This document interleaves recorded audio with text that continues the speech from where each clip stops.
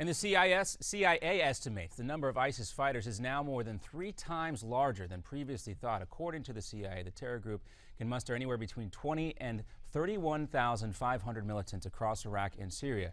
Before these numbers were released, U.S. officials believe there were only about 10,000 ISIS fighters. Among the terror group in Syria are 15 foreign fighters, including 2,000 Westerners. The increase is a result of stronger recruitment over the summer. And President Obama's plan to destroy and degrade ISIS isn't sitting well with many Republican lawmakers. They doubt the White House's strategy is strong enough to completely accomplish the mission. House Speaker John Boehner said Republicans need more time to think about this plan before they vote for it. These conversations are going to continue over the weekend so that the Congress has ample time to consider the president's decision and to act on it.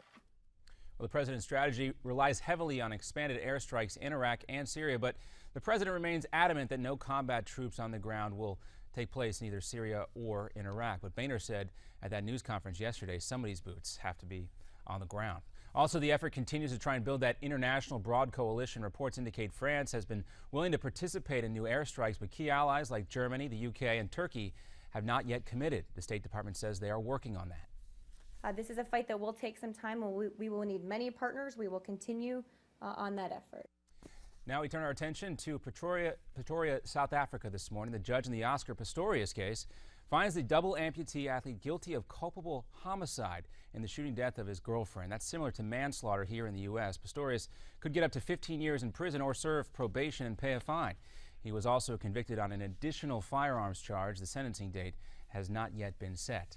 Well, this morning, a teenager convicted of killing 3 students at a Ohio high school is back in jail. He escaped a state prison last night with 2 other inmates. 19-year-old TJ Lane was caught earlier this morning. Cops found him hiding in a church just 100 yards from that prison. The 2 other inmates were also captured. In Bridgeport, Connecticut, firefighters spent their night battling this blaze you see right here at an industrial building. People in nearby buildings were evacuated to a church.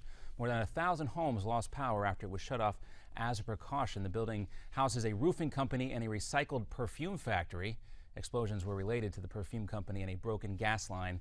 No serious injuries were reported.